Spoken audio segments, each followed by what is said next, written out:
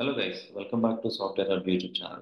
నాకు ఒక కామెంట్ వచ్చిందండి. అంటే వచ్చి చాలా రోజులు అయింది, బట్ నాకు రికార్డ్ చేయడం కుదరలేదు. So no I got the chance అనమాట. ఓకే.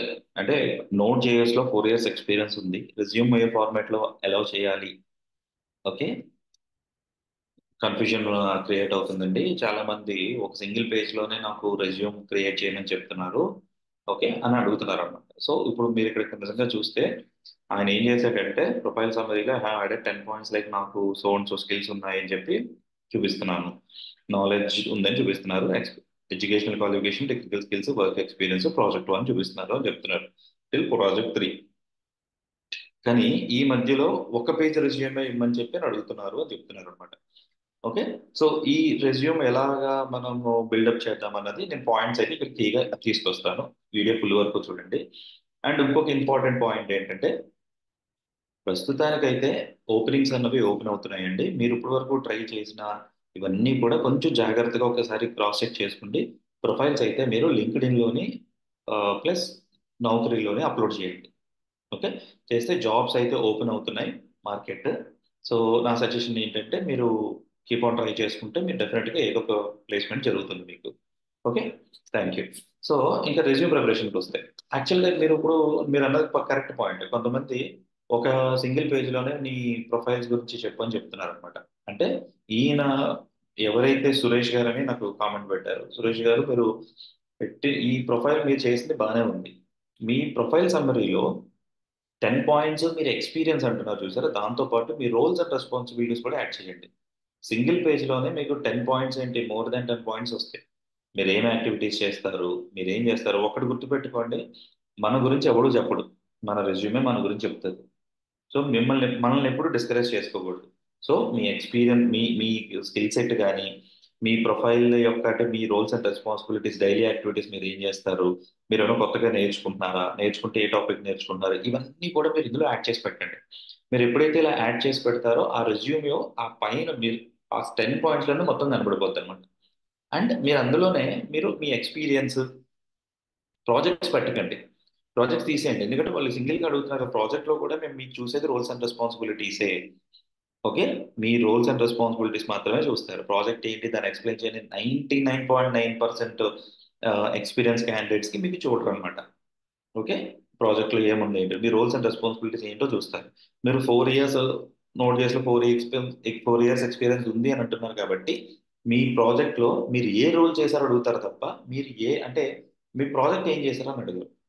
ఓకే. లేదు సాయి నేను ప్రాజెక్ట్ కూడా డిస్ప్లే చేయమంటారంటే టైటిల్స్ పెట్టండి. ఓకే. టైటిల్స్ పెట్టి ఒక టేబుల్ ఫార్మాట్ ప్రాజెక్ట్ 1 టైటిల్ పెట్టండి. టైటిల్ పెట్టి మీ రోల్ ఏంటో పెట్టండి. అర్థమైందా నేను చెప్పింది? అంటే మీరు ఇప్పుడు ఇలా ఇలా క్రియేట్ చేసుకోవాలి. ఇప్పుడు ప్రాజెక్ట్ టైటిల్ ఒక టేబుల్ ఫార్మాట్ లో ప్రాజెక్ట్ టైటిల్, మీ రోల్ ఏంటి, కొంచెం ఇంకో కాలంలో రోల్ ఏంటి.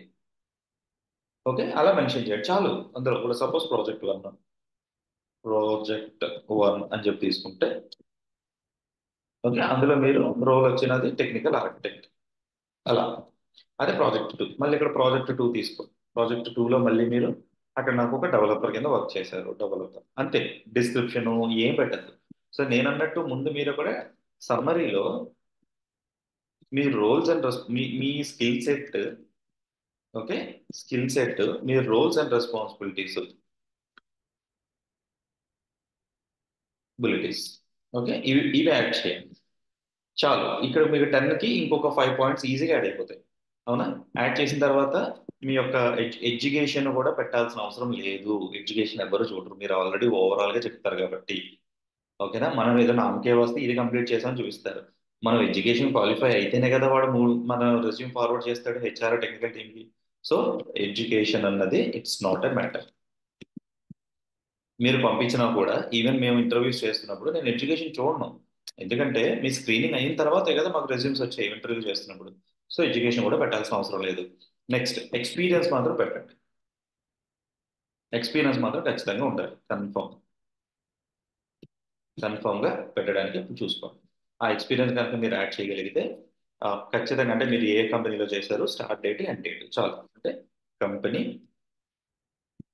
Start date and end date. మీరు అందులో రోల్ ఏంటి ఇవి కూడా పెట్టగలరు. ఓకే. నెక్స్ట్ ఇలా చూస్తే మీకు సింగిల్ పేజ్లో మీకు సరిపోతుంది. అంటే కీ పాయింట్స్ ఏవైతే మనకి కావాలో అవి కనబడుతున్నాయి ఇక్కడ. ప్రాజెక్ట్ టైటిల్స్ పెట్టారు. ఇన్ కేస్ ఏంటి ఒకటి సింగిల్ పేజ్, కొంతమంది ఎలా అడుగుతారంటే ఇప్పుడు మీరు అన్నట్టు సింగిల్ పేజ్ అడుగుతున్నారు కదా, కొంతమంది 10 పేజెస్ అడుగుతారు. డిపెండ్స్. అంటే రెండిటిని రెడీ చేసి పెట్టుకో. ఎప్పుడైనా ఏంటి ఇంతే ఉంది నీ ప్రాజెక్ట్ రెజ్యూమ్ అంటే, లేదు చాలా మంది సింగిల్ పేజ్ అడుగుతున్నారు, నేను అందుకే అలా క్రియేట్ చేసి పెట్టాను, మీకు లేటెస్ట్ కావాలంటే I can share it with you. Done, అయిపోయింది. ఓకే. సో ఓవరాల్ గా మీరు ఎప్పుడైనా మీరు సింగిల్ పేజ్ రెజ్యూమ్ చేయాలంటే మాత్రం ఈ పాయింట్స్ అయితే కన్ఫర్మ్ గా ఉండాలండి. ఆన్ టాప్ ఆఫ్ ఇట్ మీరు ఏమైనా యాడ్ చేస్తారంటే మీ పేజ్ ని కొంచెం డివైడ్ చేసుకుంటే లెఫ్ట్ రైట్ కార్నర్స్ లో మీ యొక్క ప్రొఫైల్ గురించి కానీ, మీ అచీవ్మెంట్స్ కానీ ఇవన్నీ పెట్టుకోవచ్చు. మీ అచీవ్మెంట్స్ ఇవన్నీ ఏం చూడరండి. మెయిన్ మీకు ఇంటర్వ్యూ పర్పస్ లో చూసేది మీ రోల్స్ అండ్ రెస్పాన్సిబిలిటీ, మీ స్కిల్ సెట్, అంతే. మనం ఆల్రెడీ రియాక్ట్కో లేకపోతే నోట్ చేసుకో లేకపోతే ఒక వెబ్ డెవలపర్కో మీరు సెలెక్ట్ అయినప్పుడు మీ స్క్రీనింగ్ జరిగే మీ రెజ్యూమ్ ఫార్వర్డ్ చేస్తారు. చేసినప్పుడు ఇవన్నీ ఫిల్టర్ అయిపోతాయి. యాజ్ నేను టెక్నికల్ ఇంటర్వ్యూ చేయడానికి కూర్చున్నప్పుడు నాతో మీరు డిస్కస్ చేస్తున్నప్పుడు మీ ఎడ్యుకేషన్ క్వాలిఫికేషన్ కానీ, మీ యొక్క ఏంటిది ఎంప్లాయ్మెంట్ హిస్టరీ కానీ నేను చూడను. నాకు నాకు సంబంధం లేదు కదా. సో ఇంపార్టెంట్ పాయింట్స్ ఏంటంటే అక్కడ ఎక్స్పీరియన్స్ అన్నది ఉండాలి. మేనేజర్ రౌండ్కి వెళ్ళినప్పుడు ఎక్స్పీరియన్స్ అన్నది కీ పాయింట్ కాబట్టి ఎక్స్పీరియన్స్ పెట్టారు. ప్రాజెక్ట్ డిస్క్రిప్షన్ కానీ ఒకవేళ వాడు అడిగితే మీరు చెప్పొచ్చు. సపోజ్ ఇది నాది bank of America banking sector BOA project అన్న, అప్పుడు మీరు అడగచ్చు.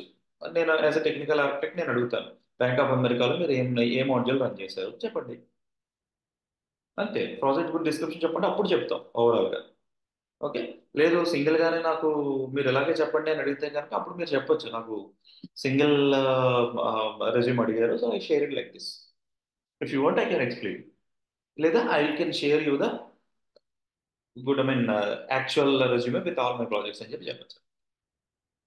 ఓకేనా, ఐ థింక్ మీకు అర్థమై ఉంటుంది. సో కాకపోతే నేను చెప్పినట్టు కీ పాయింట్స్ అందులో ఇంకొకటి, మీ ఫోన్ నెంబర్ ఒకటి క్లియర్గా ఉండాలి, మీ ఈమెయిల్ ఒకటి క్లియర్గా ఉండాలి.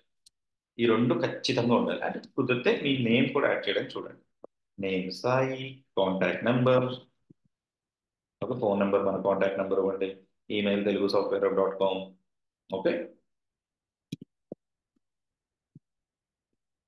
.com@gmail.com. Okay sorry @gmail.com. సమ్మరీలో మీకున్న స్కిల్ సెట్, మీకున్న రోల్స్ అండ్ రెస్పాన్సిబిలిటీ రెండు కలిపి మిక్స్ చేసి చూపించండి.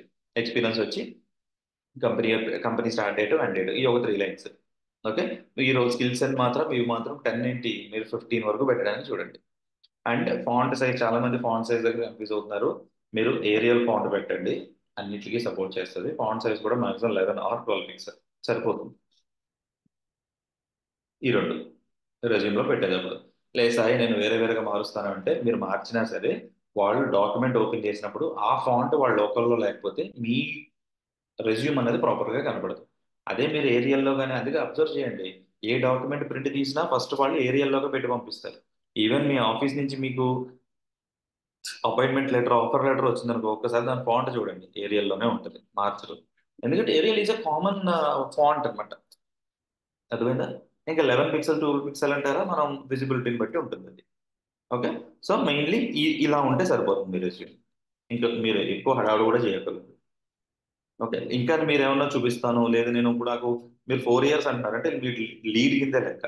సో లీడ్ లాగే మీరు ఈ రెజ్యూమ్ సరిపోతుంది. లేదు సాయి నాకు ఓన్లీ 1 ఇయర్ ఎక్స్పీరియన్స్ ఉంది, నేను 1 ఇయర్కి నేను పెట్టాలంటే మీరు లెఫ్ట్ రైట్ ఉన్న స్పేసెస్ లో మీరు మీకు సంబంధించినవి చూసుకుని పెట్టచ్చు. ఓకే, మీ స్కిల్ సెట్ మాత్రం బాగా చూసుకో. Okay. I think hope you like this video అండి. మీకు ఇంకా ఏమైనా డౌట్స్ ఉంటే కనుక కామెంట్ చేయండి, డెఫినెట్గా నేను రికార్డ్ చేసి మళ్ళీ పెడతాను. Okay, thank you very much and please ఎవరైనా కొత్తగా మన ఛానల్లోకి వస్తే please do subscribe my channel అండి. Thank you very much.